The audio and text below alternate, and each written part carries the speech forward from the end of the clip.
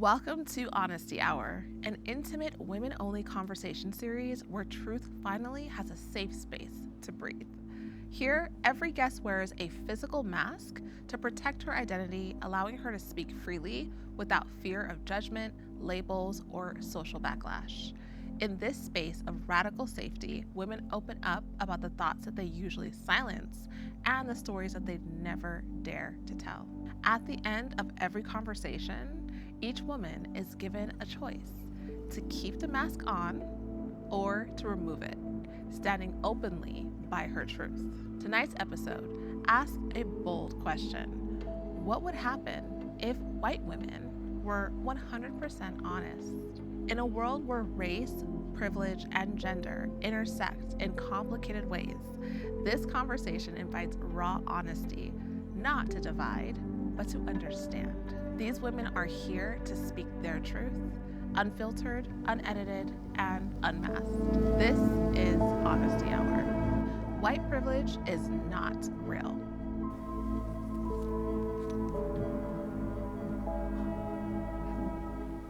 I would say white privilege isn't real. I would say more women privilege is real. I would say I've gotten a lot more treated nicely in like stores or society or given extra stuff simply because I'm a woman more than I have because I'm white. I have seen many of my own friends that are of different ethnicities get treated very similar to me in like different situations where if it's not just me getting a handout, it's all of us, versus if I'm with a man, I don't get that same custom, that same primary. So just in my own experience, and then from what I've seen just like in culture, I would say I haven't seen too many people that are white that get advantages more. I would say maybe primarily more men, like men-dominated fields and different things like that, than I have because I'm white or because they're white. If that makes sense. I think gender privilege exists for sure, because like what you're saying is reality as well, but there's another layer of privilege of you're not being judged because of the color of your skin immediately, or I'm really bad at articulating myself, but I've seen it in like, I didn't really see it until college. I was raised very conservative, and then got to college. I had teammates. 3 of them were like carpooling back home. They got taken out of the car by cops because there was a weed smell. I, the other week, was just smoking a joint while driving. A cop saw me and just kind of like waved me to put it out. And it's like, that's kind of an example of like where I see white privilege. I think it's like the absence of discrimination that we face. We don't really face those hardships that like black and brown people do. We're like being racially profiled like at the airport or something, or like she was saying, like by getting in trouble for weed and stuff. It's more of a systemic thing than like, yes, for sure, like we have advanced as a society to be a bit more equal in our day-to-day lives, but at root in like the whole system, there's definitely still white privilege. I would say it's really hard to gauge that because you have to go by just people who are vocal, who speak out against it, versus when you look at a system as a whole, because I think as a society we've done a pretty good job of tearing down systems that are inherently against. Even like, I mean, I don't agree with DEI, but when you look at DEI and what they are doing, they are trying to increase like the amount of opportunities and stuff that other ethnicities have that maybe we don't because of the color of our skin or whatever. But yeah, I would say that it's super hard to say like because of a few people's experiences, this is true overall as a whole. Well, they're tearing down DEI. It's not because of a few people's experiences though. It's like over the course of like centuries of slavery, systemic things, and like all the history of America leading up to this point. Like yeah, today it's not as obvious like that we have white privilege because we're not enslaving people anymore, but it's still there. Like there's still like, it's with women too. Like yes, we can vote now, but we're still facing injustices. Can you give an example of an injustice that you faced because you're a white woman? Well, my personal experience, I was paid $20,000 less for a salaried job, the same position I had as a man. And I fought for it for a year to get the same rate, and they fired me instead. And with that too, just with the gender pay gap, like statistically, when they say like, oh, women make, what is it, like 75 cents on the dollar, that's white women. 78 cents. 78 cents on the dollar, that's white women make that. Black women make less, Hispanic women make less. And it's like, that's the white version of that. And are you looking at like the specific jobs that they are working? For sure. There's geographical, and then you have to look at too like population size. Like Black people overall represent 13% of the nation versus white people are 57. And so you have to look at just the different gaps of stuff that is within our society, and as well as like geocultural areas. Like you can't just base it off of LA or California. You have to really look at everything as a whole. My numbers are from my college education of women's studies minor. So it was like actual like educational resources that I have these stats from. It's not just about LA, it's about the whole country. I think I'm just trying to be more open-minded about what I've been told. You know, like I think before I wanted to deny that there was white privilege, but so many people say that there is, so I'm trying to account for that. I think what's hard nowadays is that it's almost not a privilege to be white because people are finding that, or just blatantly saying that white people discriminate just inherently. So I feel like there's a way that we have to defend ourselves a lot these days. But what I will say is that there's white privilege, there's pretty privilege, there's being a female at a bar and getting men to buy you drinks privilege. I mean, there's so many different sorts of privileges. And yet, growing up for myself, I feel like a lot of people put these ideas onto me. And the privileges that I had ended up being kind of like disabled me in a way, because I felt really ashamed for them, or I felt bullied for them, or I felt like pigeonholed because of them. And so even though I might have come in with a lot of privileges, which I can't deny, you know, just the status of my family, I felt like a lot of shame in my life. I kind of turned on myself. So it's an interesting thing that even if you can't deny that you have privileges in life, it's like, what do you do with those privileges? Do you allow for those privileges? Or do you start to feel ashamed or guilty, or you silence yourself because you're afraid of what that privilege could afford you? So I feel like I've spent most of my young adult life and adult life trying to allow myself to take advantage of where I'm at in life, or how people see me, or how I know myself to be. But with that, I think that there's also a lot of apologizing and stalling. So it's a conflict. And I feel like, you know, in a way of having privilege and then feeling denied of it or holding myself back, I started to learn and have a lot more sympathy and compassion for people that just naturally came in with less privilege in this world. Yeah, I would say critical race theory really ties in with a lot of what you're saying, because critical race theory, which is what we're teaching in our public school education, is teaching kids that if you're born white, you're born the oppressor, and if you're born Black, you're born already oppressed. And so it's pushing forward this narrative of that we're almost like against each other, we're opposing each other, when really, like I grew up a Christian, I'm still a believer, and I say that like when we are coming in, like the way that we're taught within church, and when you actually read the Bible, it's that we are all equal in God's kingdom. Like even Jesus came and he was God, and he didn't say I'm better than everybody else. He came to serve everyone. And so like as I'm teaching that to other people too, it's just like we're here to serve and to love one another and to regard one another as equals in God's kingdom. And so yeah, we should tear down like systemic oppression, like slavery and all those kinds of things. Like if you look back, there were Christians that were promoting slavery and using the Bible, and that's wrong. And then you also see Christians that were against it, saying no, we shouldn't enslave other people, we shouldn't do these things, we should vote against this stuff. And so you mentioned critical race theory, and it's something that like I hear on the internet, and I have a lot of siblings. I have a lot of siblings still in school, so I was wondering if they're like learning about this. And it's not that they're teaching white people that they're the oppressors and that like Black people are the oppressed. It's more so teaching history, teaching the real history. And like if you ignore history, you're doomed to repeat it. Like history doesn't repeat, it rhymes. And if you're not teaching children, hey, this is where our country comes from, this is what's been happening, they're not going to know what to do with it. They're just going to fall into the same habits that the structures kind of allow. I think that like you take it as you take it. For you, for example, like you felt like basically you felt bad for being white for a long time, and then decided like, no, like that's not how I should feel, right? Kind of. Is that what you were saying? I think like we should not be like really looking at like our past as like a mistake, but like as a way that we can evolve and like uplift others, you know? Like if you're fighting with a friend and you just spend the whole time being like, I'm so sorry I did that, I'm so sorry I did that, I'm so sorry. Like she gets it. She knows that you're sorry.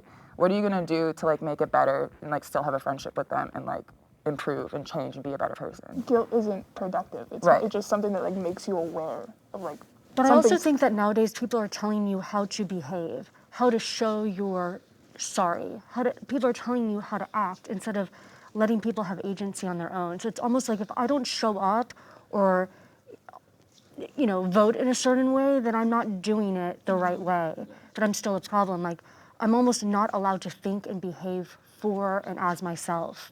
Besides voting, can I ask what have people told you to act? Because I haven't been told to act in any way. I just think that, like, there's, even being in an environment where you're having a dialogue and you say something a certain way and people don't think you should say that. So there's almost a policing of self-expression. I'm not always going to say things perfectly. I have to learn for myself that, why did that come out that way? How come I said that? But I feel like there's not as much grace in moments when we're trying to evolve, and grace should be extended easily. And I just think that there's a lot of harshness if we don't get it right often. I agree with that. I get a lot of slack for just the way that I speak because I can be harsh and it's more of a tone thing than anything. So I understand that. I've just never applied that to like whiteness. I feel like even though I'm harsh, people still kind of listen to what I say. Can I ask you guys something? Do you guys think that white people should pay reparations to black people? I think that they should have at one point in time. I think that they were owed their land and their donkey, and we never paid it, and we actually like held them back from generational wealth and like compound interest for so long that it's like we should have at one point, but at this point, how do you even go about that? How do you go about finding people's ancestry and figuring out who owes people what? I think it's a little bit more complicated than like us four right here having to like go pay somebody, a black person, money because of that. I think it's more like a government and like America thing. But they would take it from us. Huh? They would take it from us through taxes if we were doing that in the government thing. I'm just saying that if we were to do reparations or like repay or whatever, that it should have been through the government and through America and not through like us as me as a single white woman. Like you don't think you should be going out and donating versus government doing it? Because of what you were saying about how long, like if it ended yesterday, like yeah, of course I would be like trying to help. Like I'm so sorry, but like we did this, but it ended like 250 years ago. What do you think?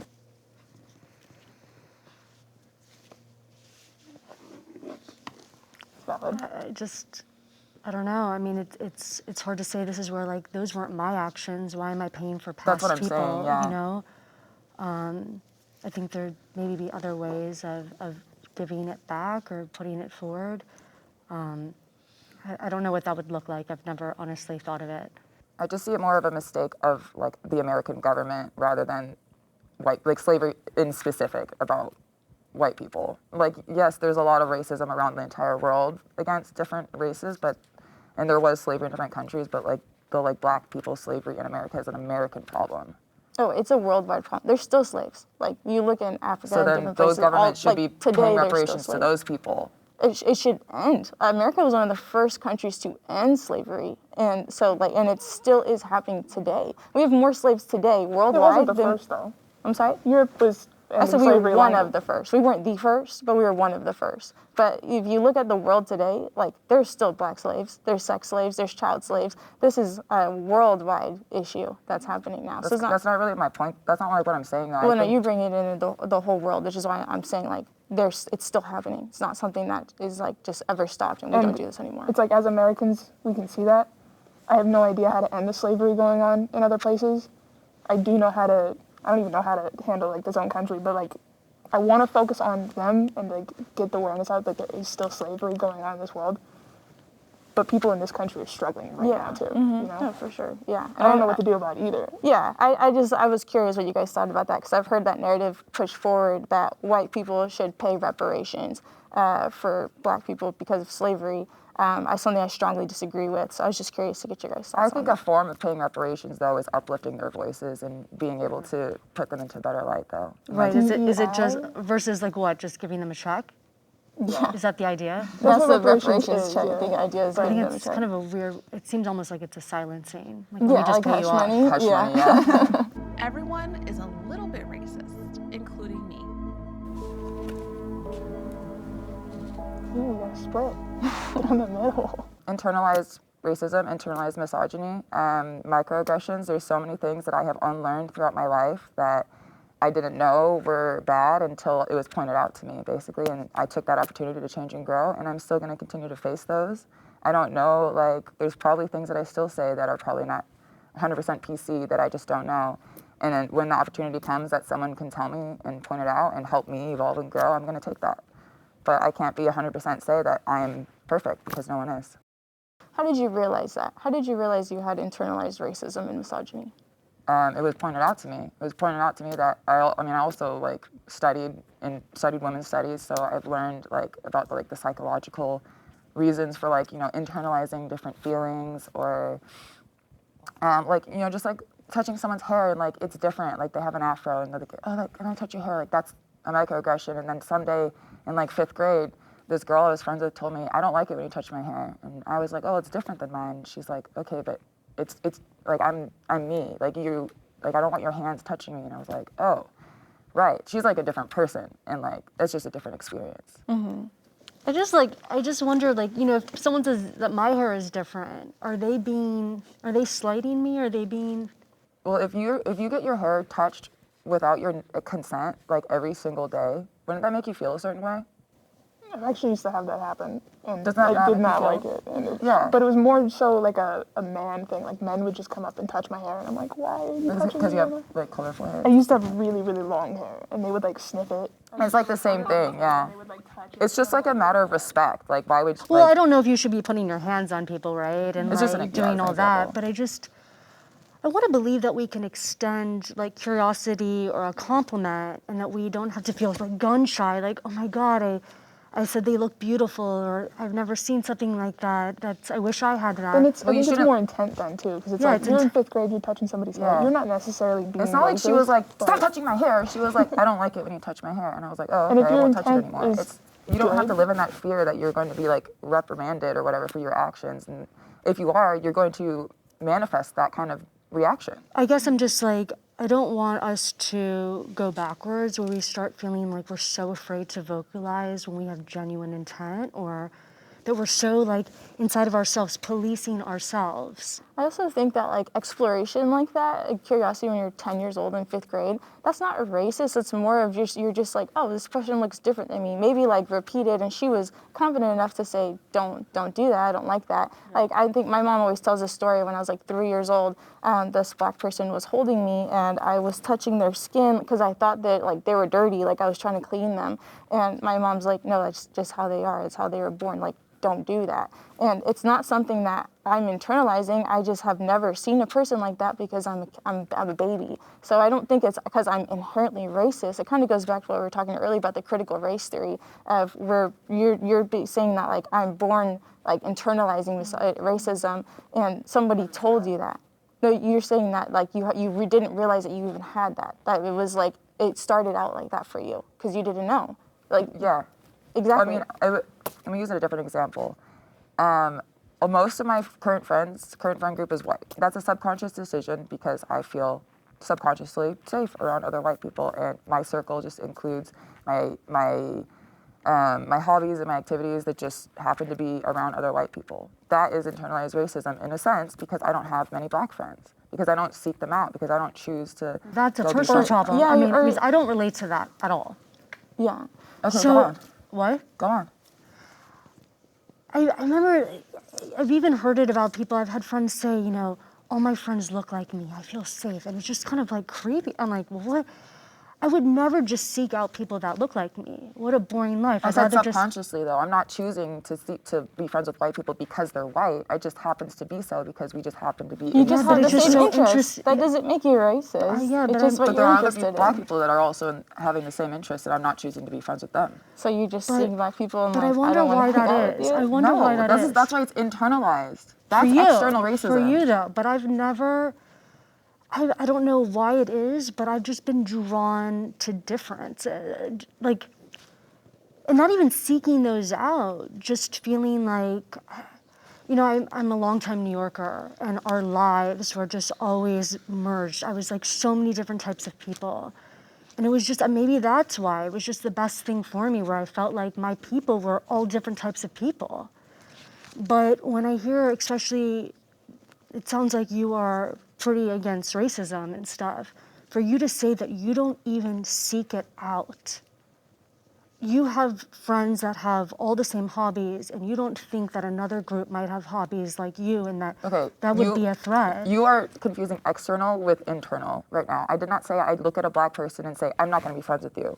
I did not say that. No, but you said internally you don't seek it out. And I'm just internally because there's a person right there with the same skin color as me standing next to me, and I'm you friends with prefer them. that? No, I don't prefer that. It's just how it happens. That's what internalized means. I know, I just don't, I think I it's don't a sense get of it. maybe I don't awareness understand that it. you have of like, oh, this is happening. Like, I didn't realize like this was going on. I'm looking at Like, all my I white do have black and- friends. I have Asian friends. I have Hispanic friends. I'm like, that's besides the point, though. I'm just trying to give an No, it is example the of what point.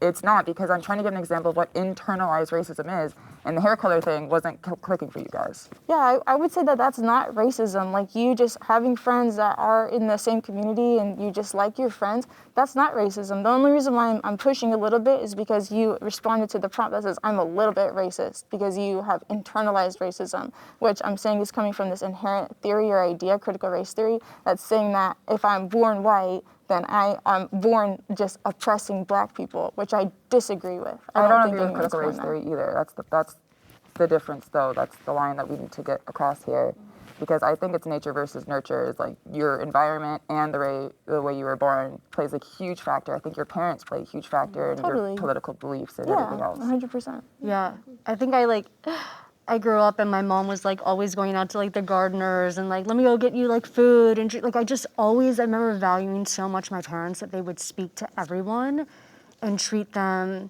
with such ease. It was like they were always like invited into the home. There was like no difference. So even though I went to some, private school and grew up going to country clubs and stuff, I don't know. I just always, I looked forward to like the people that were working at my home, getting to talk with them about their lives and stuff.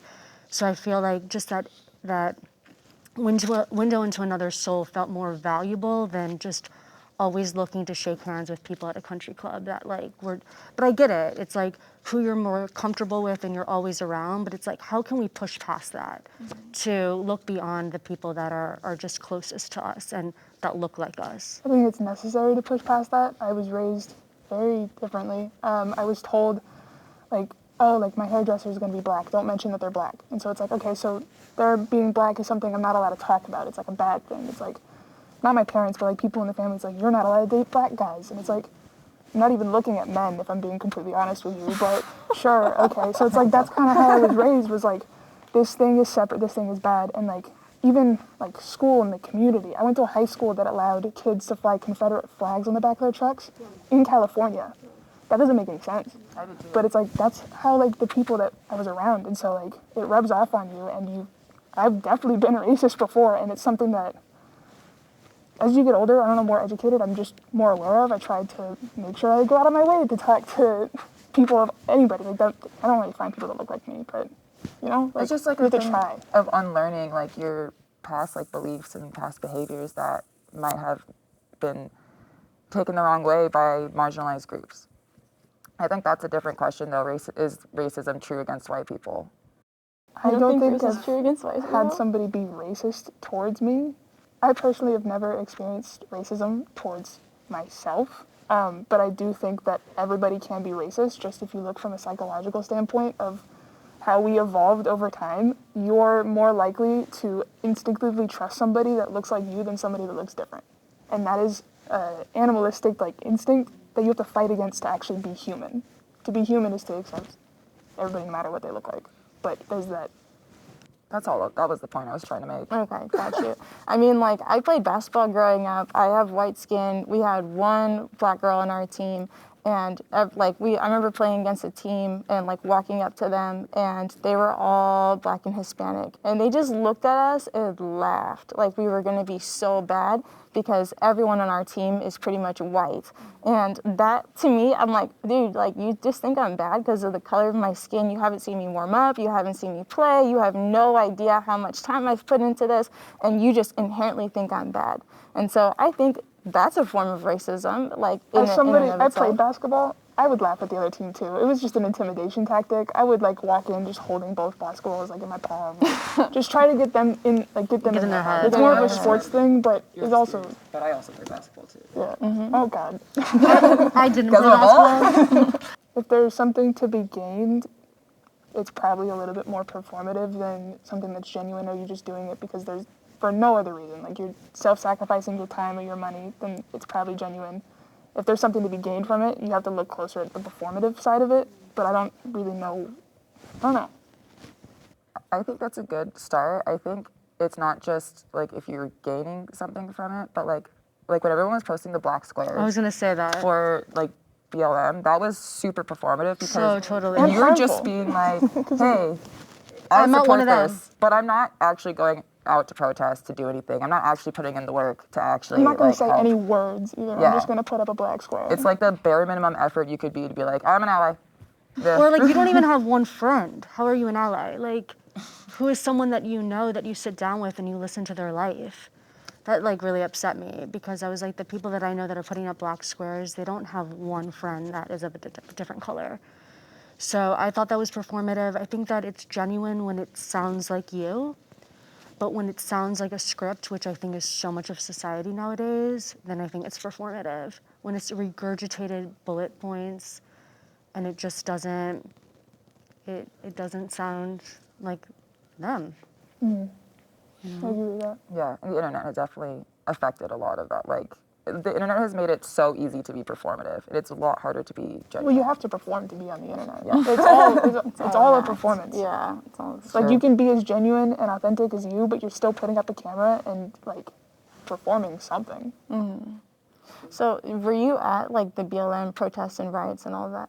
Yeah, I You did. guys were at those things. So do you think that like burning down a business that's maybe white owned is like? I didn't see your- any businesses getting burned. Oh no. I did actually. Yeah, I The- saw many businesses. The getting men's looted and burned. warehouse, like tuxedo place that was on the corner from where I lived in Long Beach, got burned down during the protest. I think lumping burning down buildings and rioting and stuff is a fear-mongering tactic against the left because it's not all. That's not what we stand. That's not what they stand for. That's not what the left is about. They're not like, hey, by the way, tonight you're all gonna go and burn down a building, and then we're gonna really put fear and like we're gonna just. It's a conspiracy. So you're It's a against conspiracy. that? You think that Of that was course, wrong? I don't that that think got I don't burned think down? any Okay. of those like bystanders basically. Well, I only asked should be that because affected. people that were on the left, like Kamala Harris and different celebrities, were saying stuff like, "This is like a justified response to what was happening." I with George think Floyd." anger is a justified response. I don't Right, think but burning I don't down think the the way of buildings burning down specifically- buildings. Burning down buildings specifically, I don't see it as productive in any way.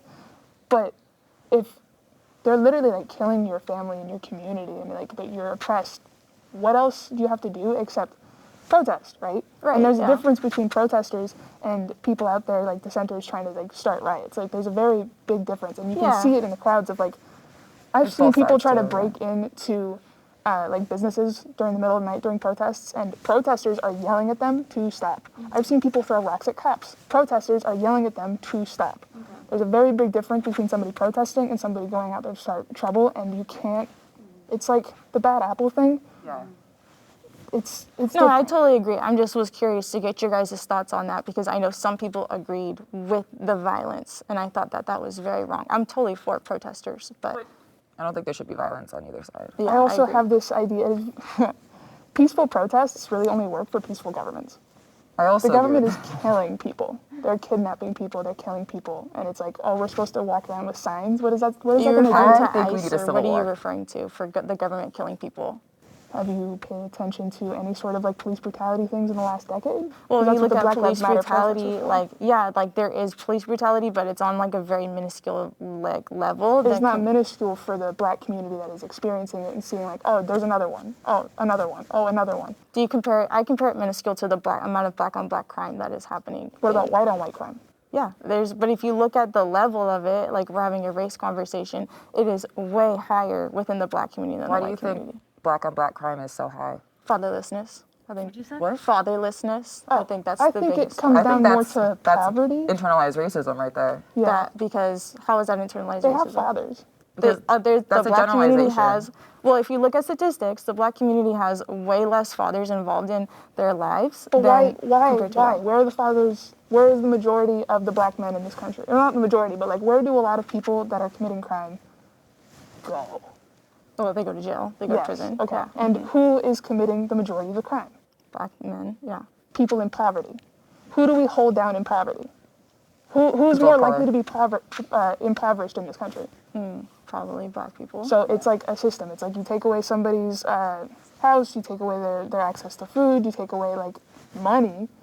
They're gonna find a way to survive. Yeah. Then Are they're you gonna go to familiar with jail. how our welfare system works? Because I think the way that our government is running is not necessarily killing people through police, but I think that it's keeping them very, very small through keeping them dependent on our welfare system, food stamps, all of those kinds of things. I think we're They all play into dependent each on other. the system, like in general. Like we all have to work to survive. You know, 50% of homeless people have jobs. I didn't know that. 40 to 60%. I'd just say 50 to meet in the middle. But on any given day, it's 40 to 60% of homeless people have jobs. 50% of homeless people are former foster kids. I'm a former foster kid. I'm very lucky that I'm not homeless right now. I got very lucky. And so I kind of relate to just the poor in a sense, even though I'm not poor, because it's like that very could have easily been me too. Right, yeah. But I don't know what I got. Maybe it's the white privilege. I got lucky or something. Yeah, no, I hear you. I am a feminist.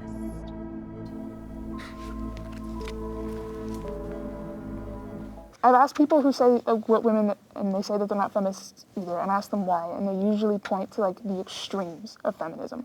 Like, I don't want to be a feminist because I see the crazies, the purple-haired liberals out there, like Do you know one? so many. And I guess I asked them to like apply that to everything. Like you say, you're Christian. When you think of Christians, is the first thing you think of the Christian extremists? The Christian extremists. Do you think Can you of go them into that a little bit more, what you mean by that? I mean the people who People who show up at your door and Scientologists and The people. JWs, like the Mormons, or like Yeah, like people who are like, well, some people don't even you're consider gonna go to Mormons hell if Christian, you're not but Christian, that kind of stuff. people who like I was sent into conversion therapy in the woods for being gay. I consider that like Christian extremism, even though at the time I didn't know they were extreme. That was just Christians to me. Do you, when you identify with like a follower of Christ, are you also including the extremists in there with you? Because when I view feminism, I'm not including the extremists with me. I think it depends. Like when you said earlier, you know, there's always like the bad apple. Like I wouldn't necessarily promote like conversion therapy. I've never met someone that's gone through that. I don't know what that entails. But recommend. when I meet someone, Did it work? I'm still gay, and I ended up in foster care. So no, I mean maybe it helped me, but I guess I'm asking like why are you not a feminist? Is it because of the extremeness that we see? No, I would say I'm inherently against feminism as a whole and the repercussions that it's had on our society, I would say. I would think that it's promoted a lot of stuff like for women to leave the home and to go and have a career. And those things are fine if women want to go do that. And I know that women working in general people say it's a result of feminism, whatever. Maybe it is. And I think women have been working throughout all of history. We just finally Yeah. got paid for it to be allowed to go out of the house, but we've been working forever. Well, no, yeah, exactly. And so I think that like feminism as a whole creates this division between what is our God-given roles. I do think that gender roles exist and that we should have them, that we should embrace them. Does that mean everyone needs to be a wife and a mother? No, that doesn't necessarily mean that. I think the highest calling for a woman would be to serve and to love God, and whatever that means, whatever capacity that means. Maybe that means having a corporate job. There's nothing wrong with that. But I would say that feminism and the values that it promotes is actually really harmful to women. Like you look at the sexual revolution, saying that women need to go sleep around, or that they have the ability, the liberty to sleep around with anyone. I would say that's actually really damaging to women, to be able to have so many sexual partners, or to be able to just live any kind of lifestyle that they want. But I would say that what God has given to women to be able to serve and love the community and to be able to be a wife and a mother, that there's inherent value in that. If you ask myself personally, I would say that that is a great thing for a woman to have, to be a wife and to be a mother, that this is something that I aspire to have. That's not guaranteed for me. I might not ever have that, and I can still live a very purposeful and very happy life because I'm complete with Christ. And so I would say feminism as a whole and what it promotes is harmful to women because of what the Bible says, is essentially what I'm getting at. I'd love to know what are like some of the pillars of feminism that you guys really, that they speak to you. That Well, you first resonate of all, I just think feminism is about giving women the choice to be able to be a wife and a mother if they so choose, or to choose to be a prostitute if she so chooses that that's what she wants to do with her life. You don't think that's harmful for women to be prostitutes? I think that's like a different question. I don't think that has to do with if feminism is good or bad, because prostitution is the oldest I think oldest profession. illegal prostitution is harmful. If you legalize it, then it's regulated, then it's a lot safer. But the title of I'm in the sex industry, I'm in porn, I'm in all these things. You think that this is something that should be a choice that women can make if they so want to, right? Yeah. I think Jesus agreed. I think what feminism Jesus is doesn't about, agree, actually. Jesus When he met a wants, prostitute, Jesus he said, wants go the and sin no more. prostitute to not to do better, but he still sat and ate and understood and listened to that person without judgment of like, you're doing a bad thing. It was just, you could be doing better. He sat and talked with her, and then he said to her, go and sin no more afterwards. He loved her in where she was at, but he didn't leave her where she was at. And I think that's a common fallacy when you talk to people that say, oh, Jesus was this, Jesus was that. Jesus loved people. And I love prostitutes and talk to them. I actually I work in an industry, I work in the pro-life industry. And so I talk to prostitutes, strippers, people that get pregnant that don't want to have kids, and I talk with them and I say, hey, like, this isn't, like, I love you and I want more for you than what this life that you're giving yourself, because it's harmful to you. And they will be the first ones to say, nobody grows up wanting to be a prostitute. This isn't something that women choose freely. It's because they choose out of survival. So why do you think women end up being prostitutes? It's survival. I've talked to women that have been prostitutes and that have gone into the sex industry. One of them was a human trafficker in her own life, and then she got out of jail after being charged for 6 years. And she said, I don't want to be a prostitute, but nobody will hire me. So I need to like sell myself to sex because this is the only way that I can make money, but I don't want to do this. And so I meet her in our ministry and I start talking with her, and I'm her friend. I'm like loving her. She has a really heavy, dark past, but I'm able to counsel her and like help her to get a job, help her to figure out next steps in her life, help her to figure out how to make positive steps, right? Because that makes me hate capitalism more so than feminism or prostitution. Well, who wants to hire someone that had a human trafficking charge? Nobody should. Right. I agree with that. And she had a human trafficking charge that she served 6 years for, so why would that make you hate capitalism? Because you wouldn't hire someone that used why to be was she in human trafficking?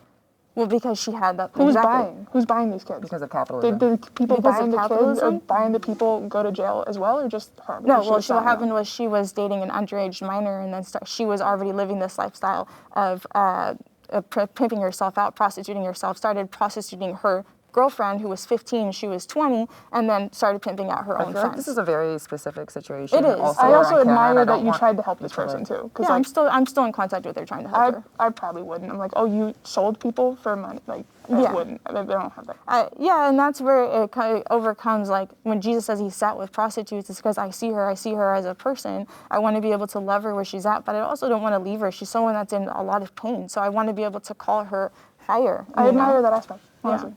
I have noticed that white women who call themselves feminists don't really like having conversations around race. They shut down, they try to change the subject, it makes them uncomfortable, and then it usually, like, I was listening to this audiobook called, it's White Tears, Black Scars, and in it talking about how they were just like talking about writing this book. And it's a race-related book. And the white women at the job reported her to HR, and she lost her job because she made a hostile work environment for just talking about race and like white feminism and all that. And so it kind of just added to her proof of white feminists don't really like talking about race. So I say feminism is for everybody, but maybe the way that we're using it is not helping everybody. Okay, I think modern feminism is like a reflection of the current state of our society under the current regime. And I also think that intersectionality is extremely important, and it is not being represented as much as it was maybe like 5 to 10 years ago, I think. So no, well, I guess yes, modern feminism does represent white women because white feminism is what's hot right now, and white women are not using their ability to be intersectional to talk about, like you're saying, black and brown topics. Mm-hmm. So I think we were kind of taking a step back, but I think it's because of the current society. I don't know. I would say I've seen a lot of pushback because I have a lot of friends that are black women that voted for Trump, and they're like, "You're not a feminist." Like, and to me, the feminist that is for all women, right, for women equality, you should be also for the black girl that votes for Trump. You should be able to support her in her freedom to vote for whoever she wants to, and not come down on that. I think that's where intersectionality comes in, though, because I don't agree with anyone who votes for Trump because of what Trump does, allegations-wise, and what he has represented, the policies that he has.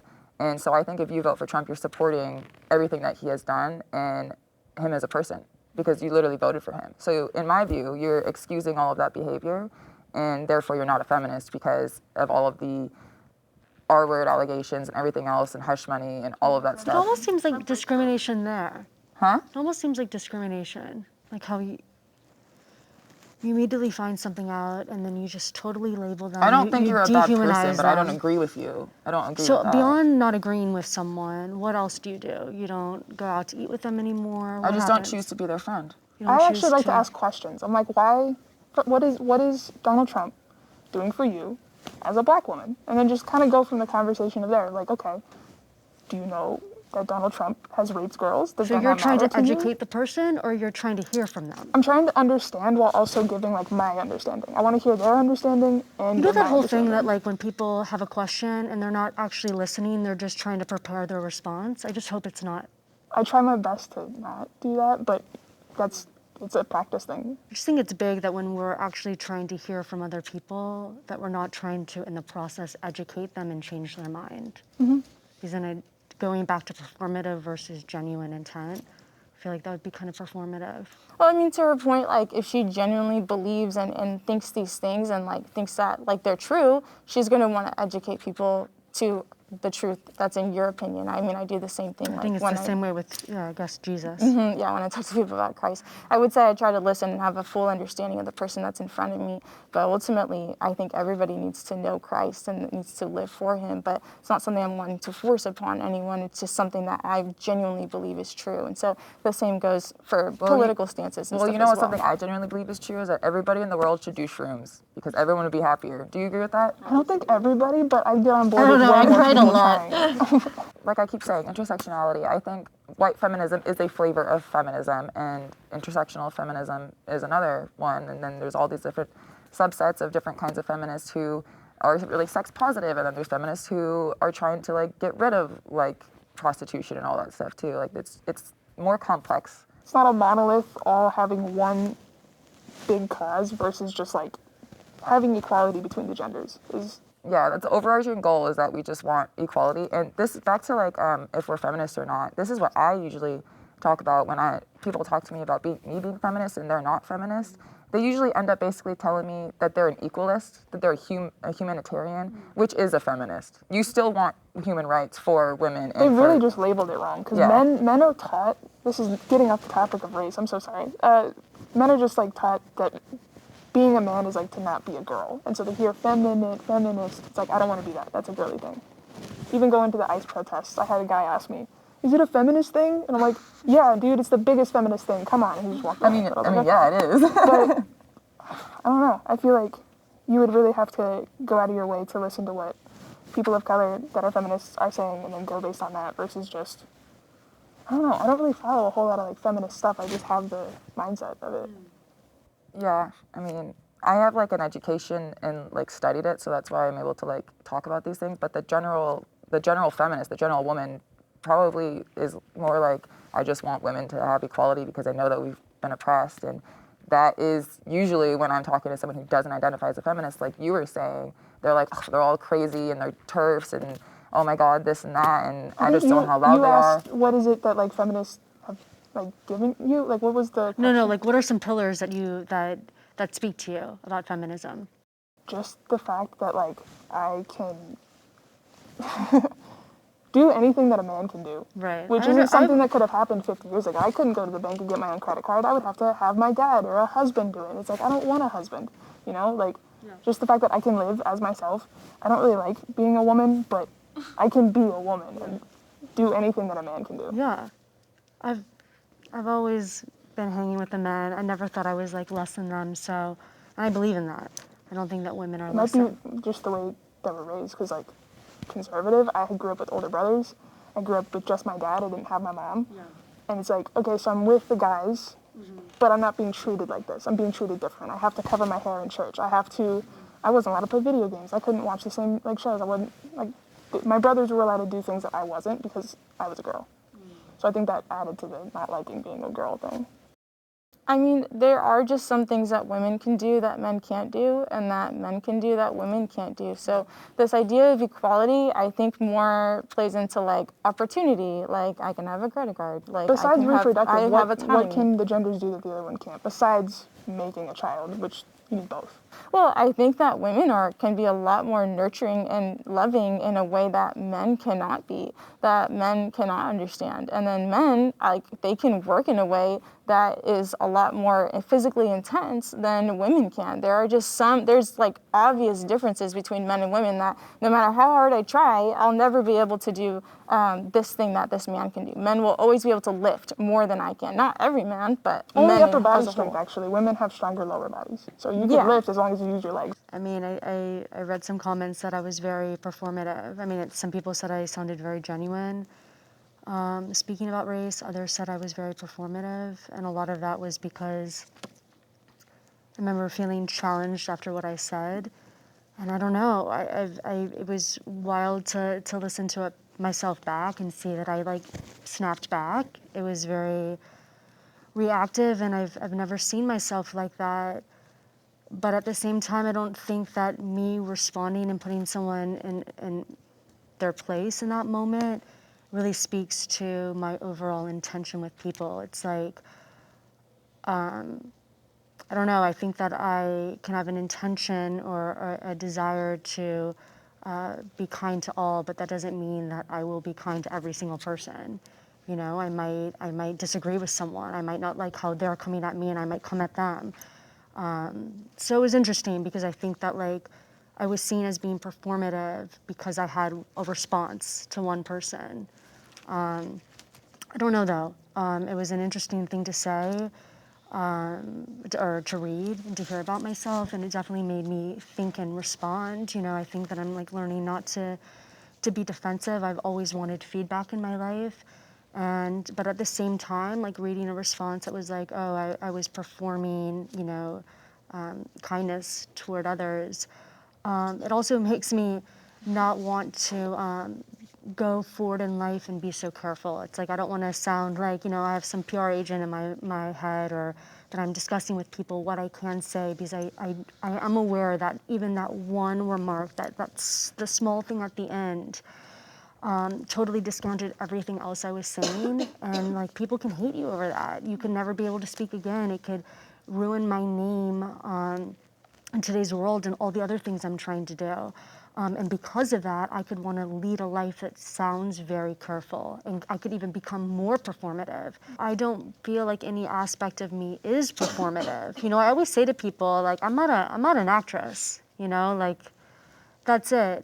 And yet people are gonna have their feelings about me, you know, and that's just the way it is. And other people's feelings about you can make you really edit yourself. And it can make you, you know, not want to take risks, not want to extend anything, not be here at all, not only wait on yourself, wait till you're more informed, until I've studied up on feminism, you know, until I'm better read, all these things. Or I can just trust and take the chance on myself, and that I feel like I have a pure heart and I'm open-minded, and just come from where I'm at and try to be educated in the process. I want to be able to deliver on who I am, and also receive feedback and not minimize myself in the process or change it up just so I don't get, you know, attacked or people don't dislike me. I'm not a people pleaser. I feel like you took a lot of thoughts out of my head, because I have been accused of being performative online. I used to say slurs as a teenager. I was that kid. And in my 20s, I got popular online and got caught for it. I obviously made an apology because I felt horrible, but it was a performative thing that everybody was like, you're not sorry. Like, you still say it. Like, you don't care. And I know in my heart of hearts, it wasn't performative, but that's how it came off. And so what you're saying of like how it can make you edit yourself, for sure. it can make you want to hide yourself, for sure. I was scared to even do this, because it's like, am I ready? Like, it's been years, but am I ready to, like, talk about, like, being a white woman? Like, it just, I related to a lot of what you said. Yeah, I mean, I posted a video online of all of the people that we've helped within our ministry. All of them are Hispanic or brown, and that's just our demographic in our area.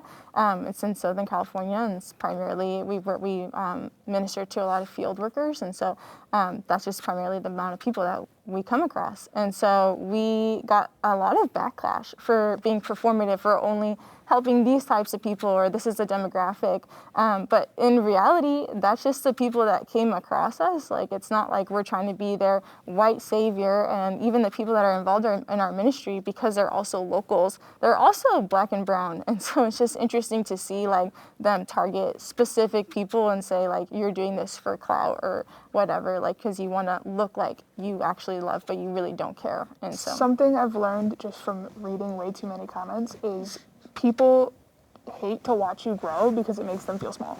So really, like, as much as you like feedback, try not to read comments, even the good ones, the bad ones, ignore it. Like, it helps you focus on yourself and your growth. I feel safe around the police.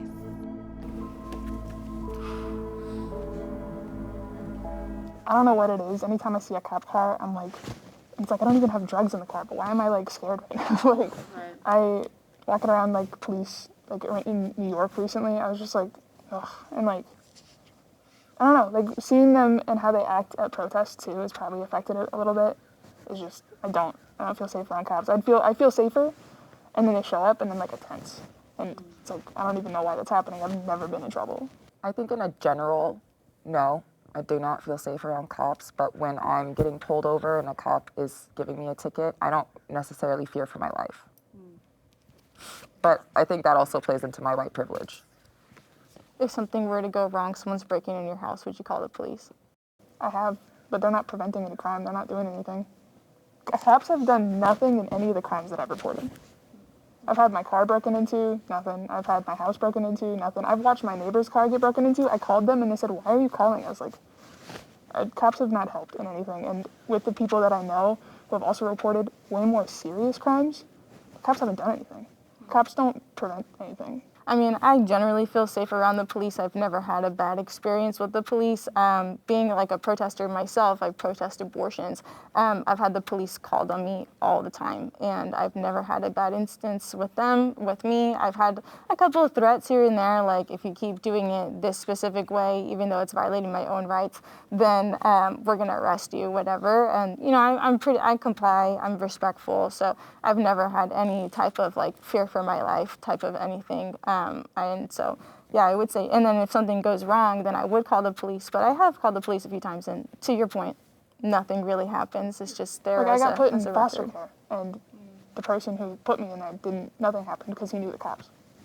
Nothing happened. Yeah, I called the cops for these kids that I felt were being abused, and they did nothing, and they continued in their abuse. I don't know if I don't have the thought of they're not doing anything because they don't want to, they're evil.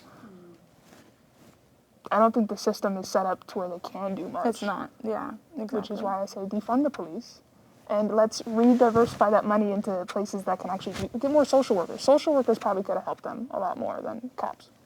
You know, Probably, yeah. somebody having a mental health crisis. I say be armed yourself and be able to prepare and protect yourself. But You don't like guns? I don't like guns. I don't think a traffic cop should have a gun.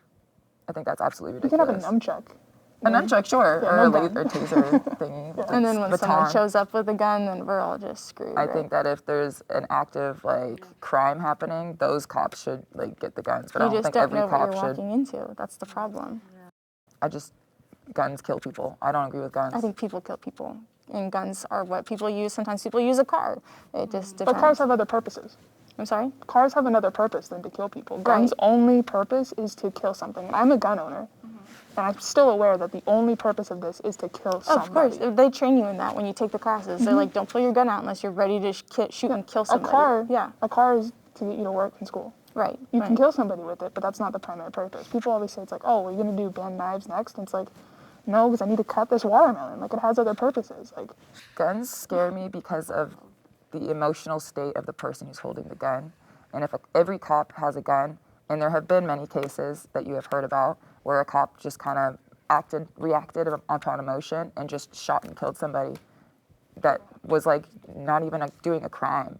And I think those cases just kind of prove my point of I don't think everybody should have guns. I don't think everyone in America should have guns either, but like that's kind of an extreme take, I guess. My woke take is I think cops should have at least as much training as a lawyer.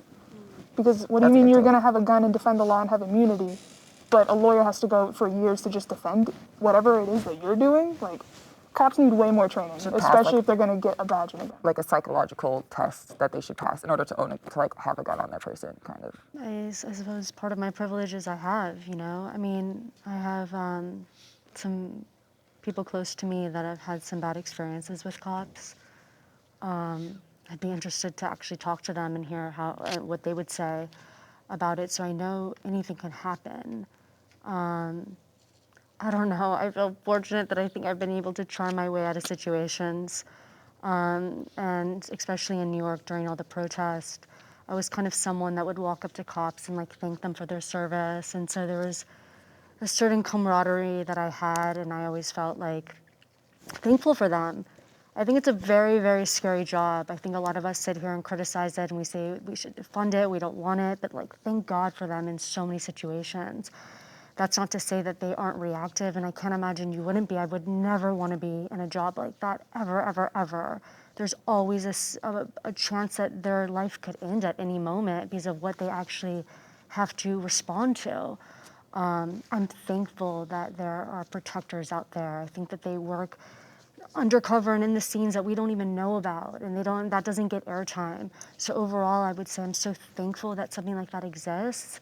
I would not want to be in that situation in a job, and I wouldn't want to behave in a certain way that cops are involved with me.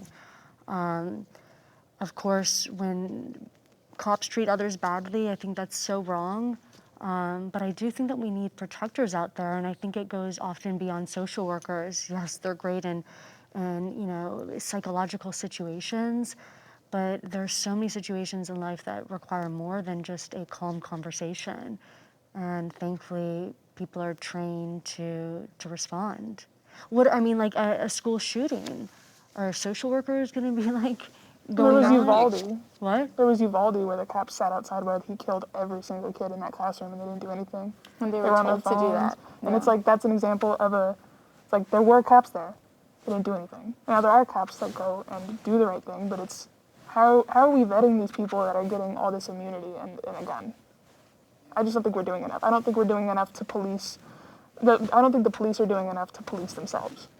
I think it goes back to the system, like with Uvalde, like the police they were wanting to go in there, but they were told by their command not to go inside. That's an issue. Why? Yeah, Exactly. exactly. That's an issue. That's a huge issue. They should have gone in there and risked their lives for those kids. That should have happened.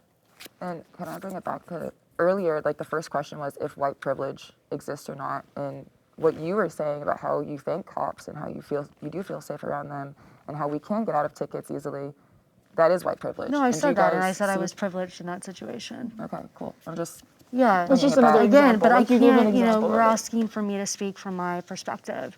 And I'm not gonna, just so people like me that are listening, be like, oh, she's, I'm gonna speak with my privilege, recognizing that it's a privilege. We're being 100% but earlier you guys honest said today. white privilege didn't exist in the first question, so I'm just bringing it back to that to like shed light on the fact that I you are don't know if I said showing- that.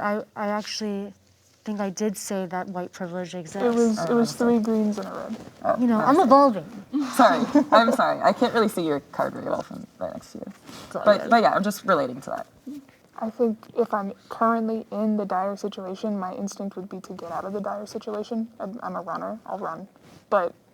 And then maybe report to the police and see if they do something. But in this situation, probably not. Like, if somebody has a gun to my head, I'm not going to be like, wait a minute. I mean, I would call 911 for medical support and for fire.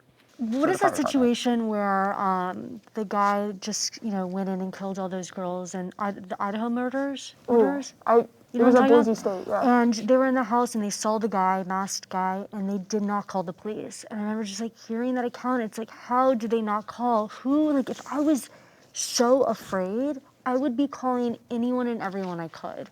I couldn't imagine being put in a position where I thought that I wouldn't even just risk calling 911 out of the potential that they could help.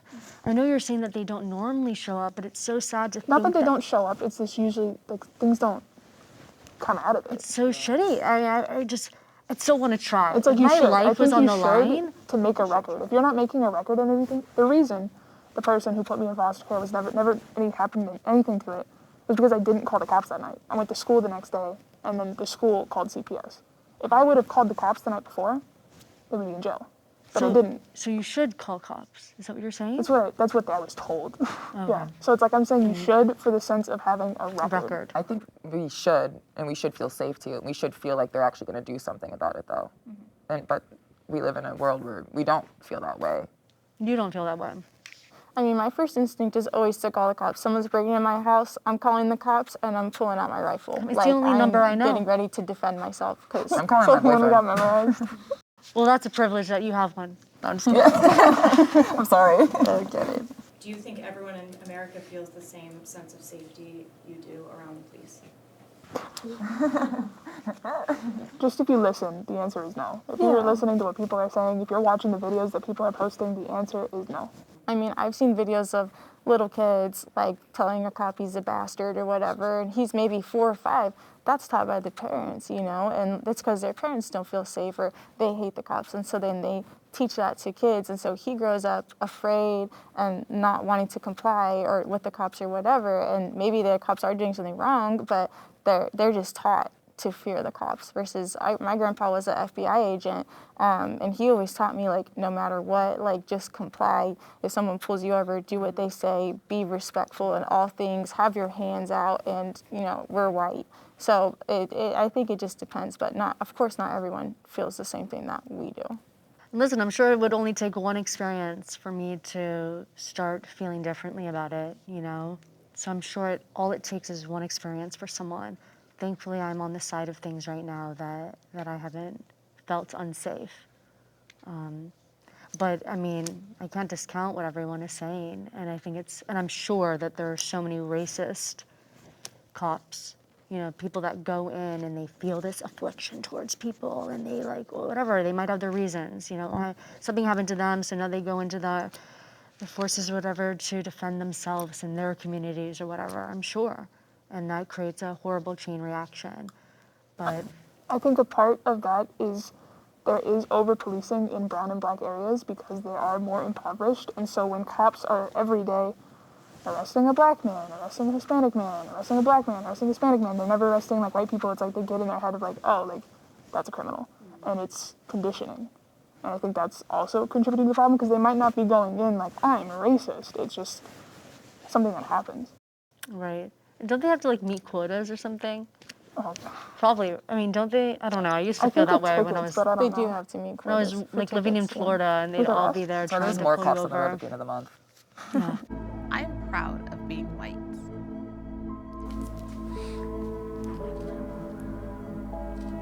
Can I ask what you guys are proud of? I mean, it's just such a crazy question, to be honest. I'm just proud to be me, and I happen to be white.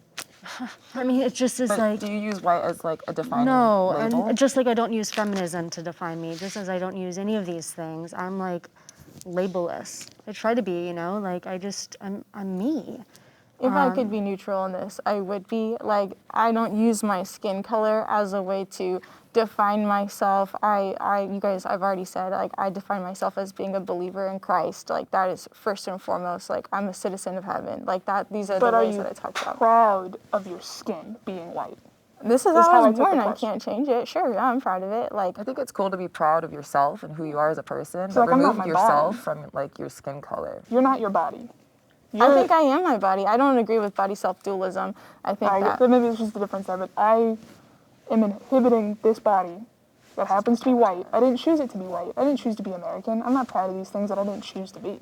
And it's like I say that, and people are like, oh, but you're gay and you have pride. And it's like there's a little bit of a difference in that because I can choose to act out on being gay.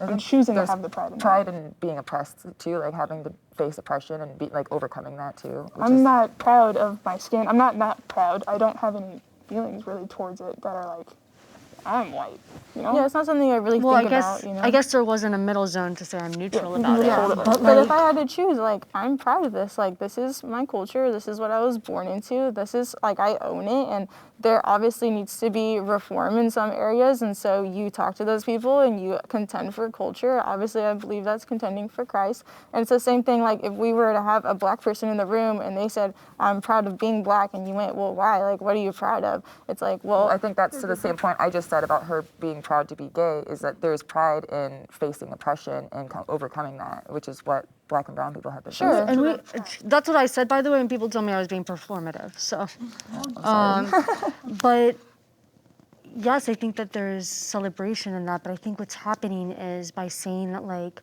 hey, you need to be careful about being proud of being white. You can be proud to be, oppressed, and we can all get behind that, which I agree. But by saying that, like, we should really kind of question and we shouldn't be proud of that, it's like creating like a disease within our bodies.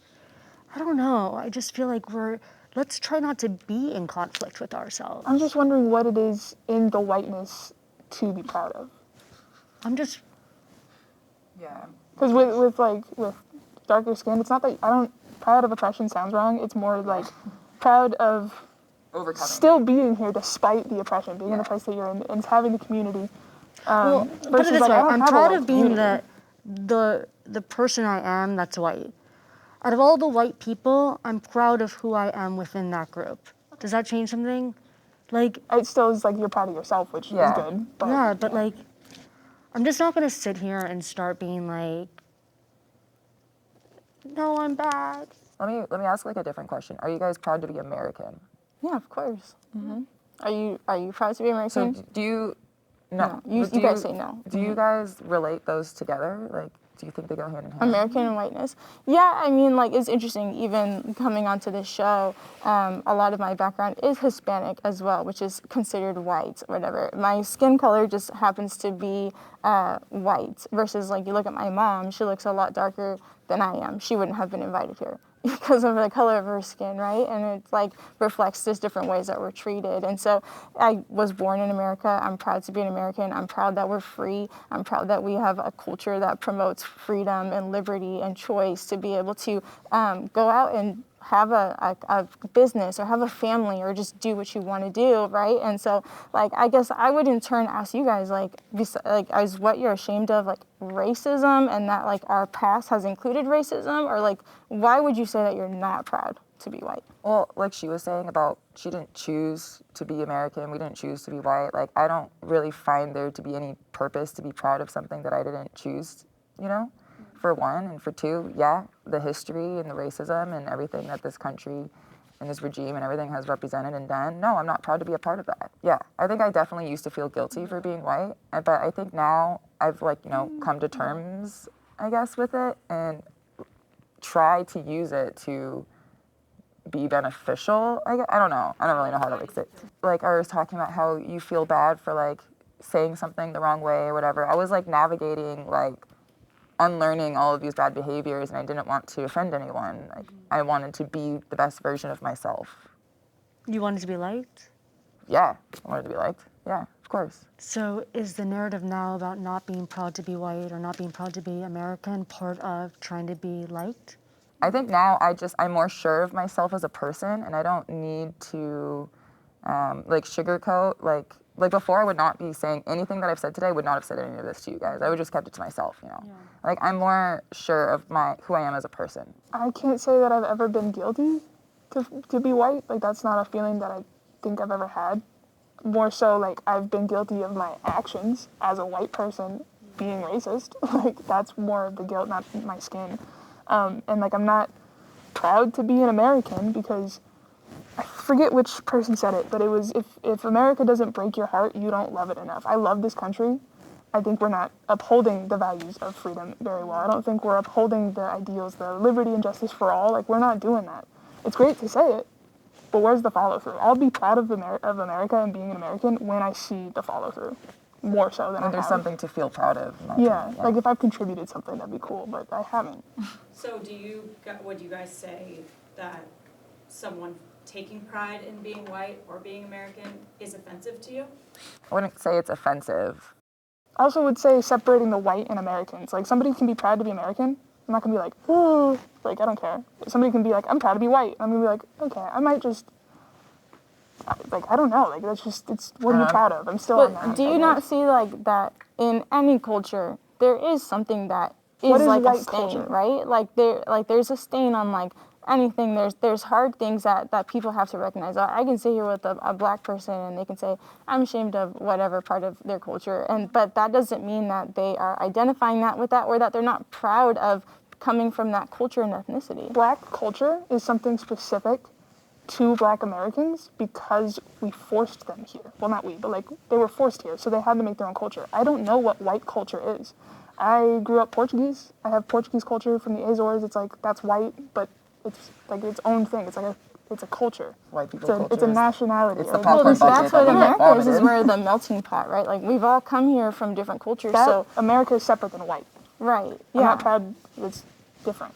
Yeah, so when you talk about white culture, it's a mix. Like you're saying, you're Portuguese, I'm also German. And so we brought in like different German stuff. And so it's all inherently white, but it's like American and whiteness is like you're saying it is different. And so you ask me like, is it the same thing? I would equate it with like, this is what we're propagating. This is what we're pushing forward. This is what we're trying to bring here. And I'm proud of that, of what we've came here and started. And that we didn't get always right because I think every human is sinful. You said it earlier before, we're imperfect. Yeah, all have sinned and fallen short. And so now we're trying to get better and get closer to, in my opinion, get closer to God and push for those things. Not that we'll ever have a perfect society, because we're never going to see life, liberty, and justice for all. There's always going to be inequalities. I think that mindset is holding us back.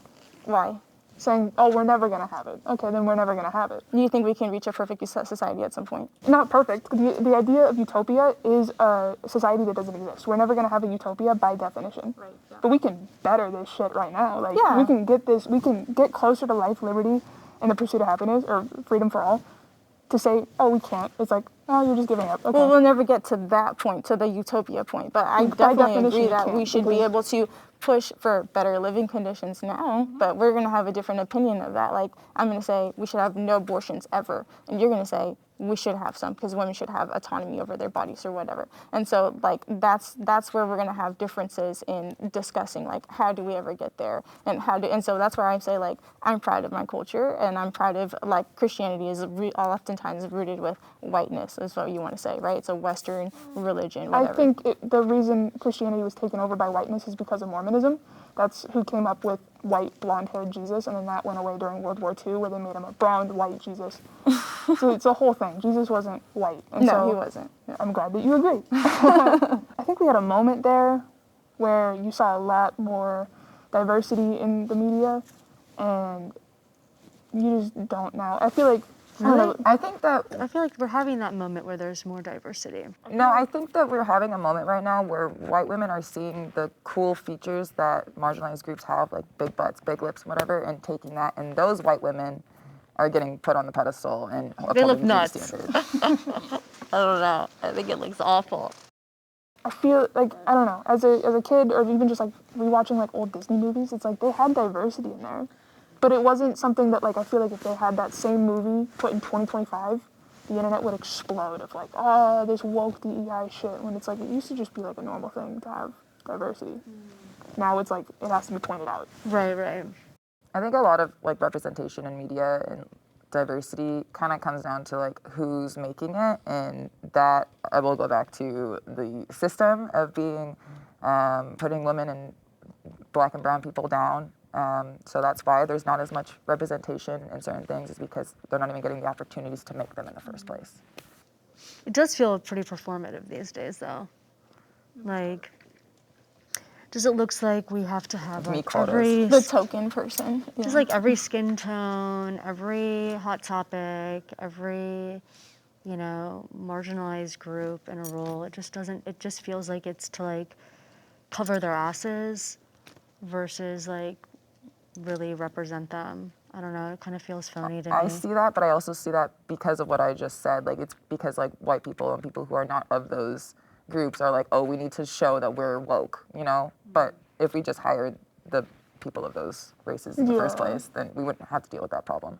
I mean, I can see why people, I've lived in California my whole life, right? And so my view of white culture has primarily been in California, and very recently, because of the ministry I work for, a lot of them are in North Carolina, and so driving around, I'm seeing different like Confederate flags. I never saw a Confederate flag raised ever, and I was like, wow, people actually think this. Like, this is kind of crazy. And so like going to different parts of the U.S., I've definitely seen like maybe certain groups or cliques of people that would be racist and inhibit that. And like I look at that and I'm like, whoa, like someone's got to go tell them what's up, like that, to not treat people this way, like that's wrong, you know?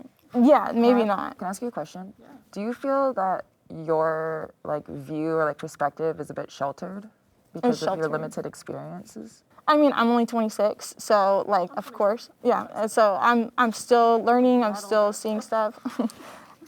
So maybe it is a bit sheltered, and like to your point earlier, like you're still learning, evolving, and so it's like maybe I see other stuff later, hear different stories, and my opinions broaden or change a little bit. But I would say that I really do try to listen to both sides and to hear what other people are saying, to give ground and courtesy to that, because like your personal experience is true. It's something that genuinely happened to you. I don't want to discount that because of like a certain theory or belief that I may hold, you know? For sure.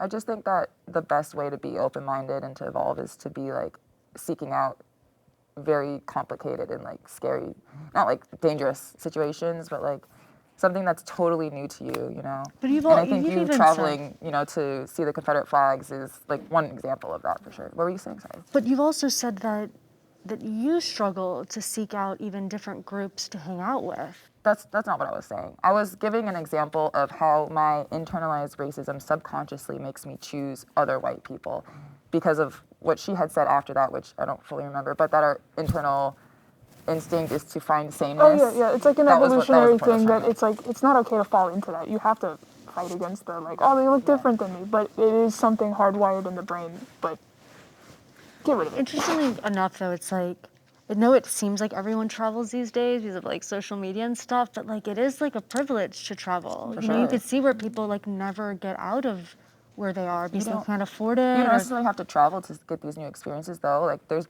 Black and brown Asian people here in LA. That No, but like her situation of even just like going to a different town where she still sees like these flags and stuff, you know?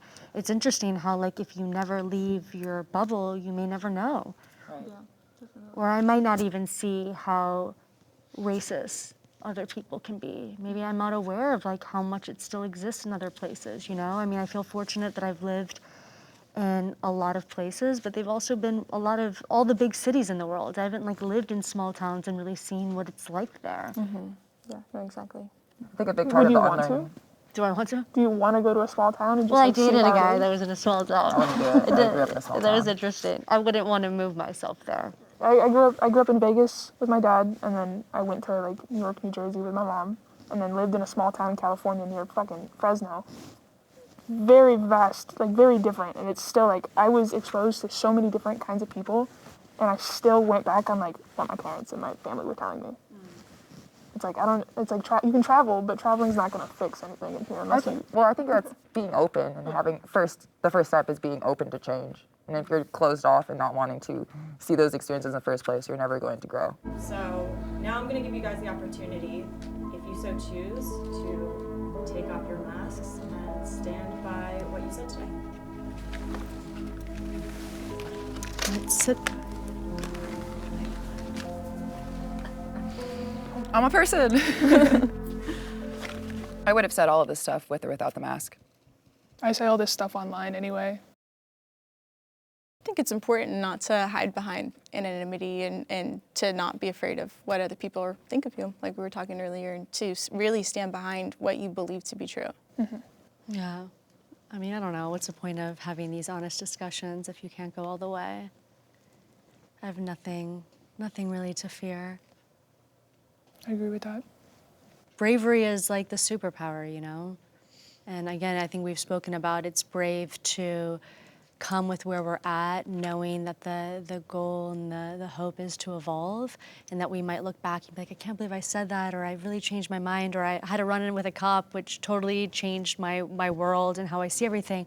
That could all happen, but with where I am right now, again, going back to that word proud, like I think that we all are proud of where we are. That doesn't mean that we're trying to stay fixed in who we are forever. I think it was really interesting to see slightly similar, different opinions. Like we all were like very different wavelengths. That's kind of all. I thought it was really interesting to like learn more, Yeah. grow my perspective. I didn't really know what the questions were going to be, and I didn't know what my answers were going to be either. So it was kind of just like, oh, that's how I think. That's how I feel. Cool. Okay.